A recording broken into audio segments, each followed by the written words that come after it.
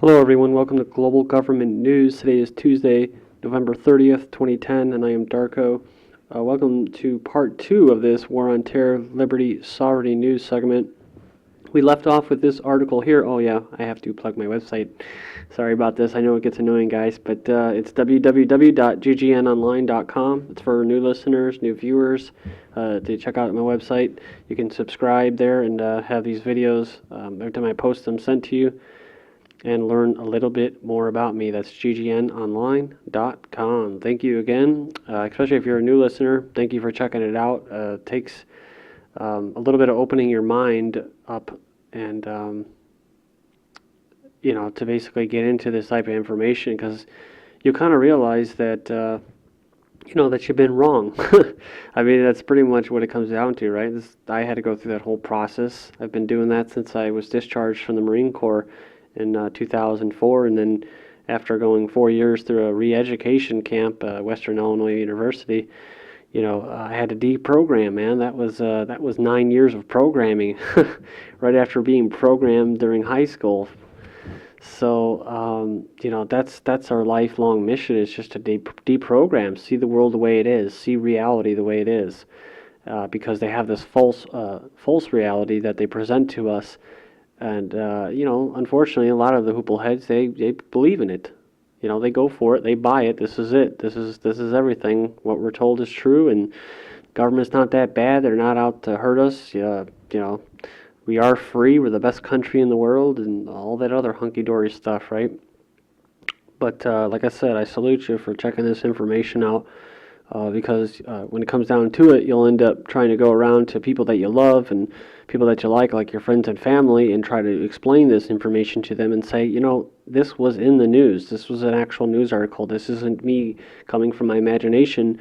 And still, they will not want to hear you talk about it because, well, if they acknowledge that it exists, whatever issue you're covering, whether it's fluoride in the water is bad or vaccines, pandemic vaccines are a scam, the war on terror is a scam, CIA runs drugs in the country to fund these illegal, unconstitutional wars, they'll look at you like you're from the moon or from another planet or something like that.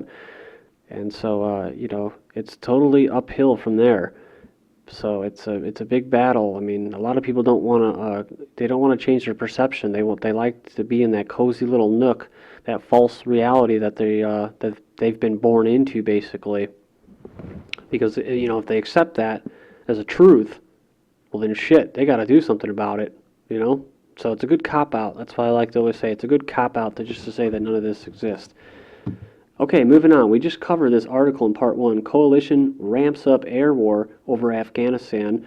And it goes on here and says, hey, the number of civilians killed in air operations was down this year. Woohoo! Everybody's celebrating, the champagne's popping, right? But people are still getting slaughtered and killed by unmanned drones over there, so I don't think it really changes anything. U.S.-led forces kill ex-Afghan governor. I kind of went through that. And then it said Afghan gunmen had no criminal background. And it says, this is for someone that, Afghan police officer who I guess killed American service members. It says, Afghan border policemen who killed 6 American service members during a training mission had been on the force for 3 years and had no criminal background, the Interior Ministry said. The gunman who was killed in Monday's shootout opened fire as the group was on its way to shooting practice in Nangarhar province near the Pakistani border. Interior Minister Bismillah Mahari told reporters. So he said he also had a brother on the force. The Taliban had claimed responsibility for the attack, saying the officer had enlisted as a sleeper agent in order to have an opportunity to kill foreigners. Moving on here. The Taliban attack UN convoy in Afghanistan. Taliban militants claim they have killed several UN officers after attacking a UN convoy in northern Afghanistan. The militants seized 2 vehicles after heavy clashes with police forces traveling with the convoy in Jawzjan province. A Taliban spokesman said a number of security officers were killed in the ambush. No further details, however, have been released on the fate of the UN staff on the board of 2 vehicles. And, I was just, going off what I was just saying about how people won't believe you, even though it's written, in the news. And not saying everything in the news is true, but, this is coming from the horse's mouth. So, basically, the U.S. gives money to to the Taliban, basically. They pay the Taliban not to attack their convoys. I've said this before, but that's like something that if you were to tell somebody, like a family or family member or friend or just someone that you're sitting with next to at the bus station and trying to strike up a conversation, what are they going to say? Oh, that's not true. The U.S. isn't paying the Taliban not to attack them. No, they are. That's why NATO always gets attacked, because they're not paying them off. And the U.S. is also giving money to the Pakistani government, which goes to ISI. It's a puppet government, puppet regime like Afghanistan, with people who want them the hell out of there. They want the U.S. and the West out of their country. So that the U.S. and the West have to, and these globalists basically, because it's really not about left or right or east or west, it's all the same. Big family, same bloodlines. And so yeah, we're going to just move on here right now. Oh yeah, I was saying about the Pakistani intelligence. The money goes to the Pakistani intelligence, which is basically the West, right? And then they train the Taliban. They're training the Taliban with the West money. So the troops are fighting insurgents that are only fighting because the West is there, and then the West is funding their enemies to fight them. So it makes sense, right? Because in part one of this War on Terror, Liberty, Sovereignty news segment, you even saw the mainstream news covering this Christmas tree attacker, right? A naturalized born citizen who was basically entrapped into an FBI sting for months at a time. Your tax dollars spent on creating this false war on terror, this false fear, right? So it says 20 Taliban killed in Afghanistan. So there's Taliban attack UN convoy in Afghanistan. This is November 30th. November 30th, 20 Taliban killed in East Afghanistan. So it says Afghan and NATO-led troops have killed at least 20 Taliban militants during clashes in Kunar province in eastern Afghanistan, NATO statesman said. And we're going to move on here. Saudi urges IAEA to watch Israel nukes.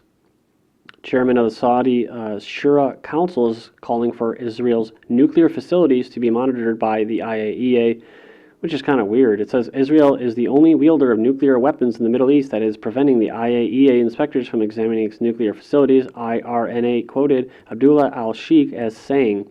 So it's kind of unusual because Saudi Arabia is a big Western country. And, I just covered an article where they were basically the biggest funders of Al-Qaeda, Al-Qaeda, right? And they're the biggest pro-West country. So it's kind of weird that they made that statement. Next one up, Obama administration weighs indefinite detention. It is starting to look like the president who campaigned on closing the prison at Guantanamo Bay may end up doing something wholly different, signing a law that would pave the way for terrorism suspects to be held indefinitely. And guess what? You are the terrorists, Americans. You are the terrorists. Any swinging Joe Q public out there that doesn't like big government, doesn't like globalism, doesn't like their jobs being sent overseas with their tax dollars, doesn't like bombing women and children, doesn't like torturing and waterboarding people who are just engineers and pizza delivery guys, but because of the color of the skin, hey, screw it, right? Oh, and let's attach microchips, RFID chips. And all these Guantanamo Bay people. Hey, that's what the Saudi Arabian, I think it was Sheikh or President, whatever, that's what he just said. You can look up in my last video, I just covered it.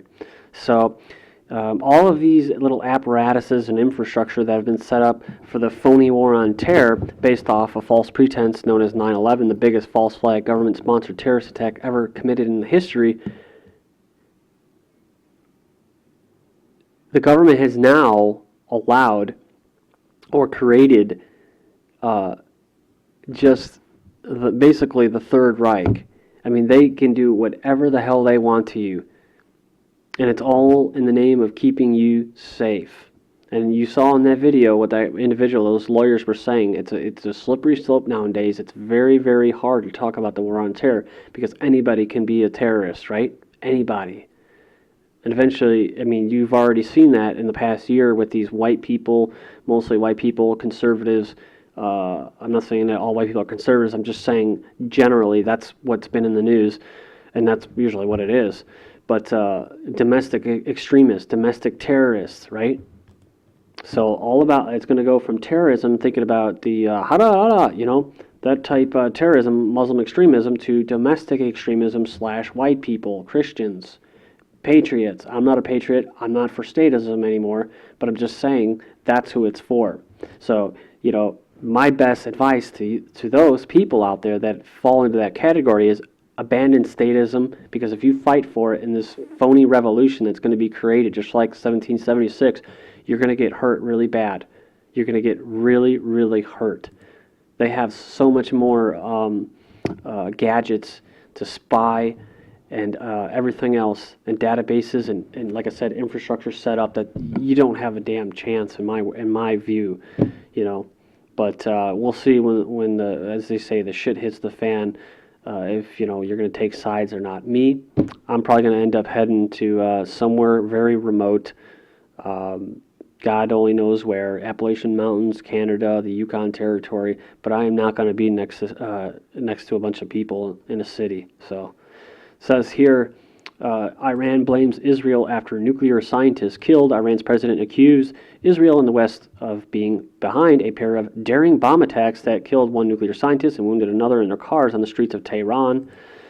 Germany committed to Israel's security. German President Christian Wulff says his country is forever committed to Israel's long-term security, which is largely based on the creation of an independent Palestinian state.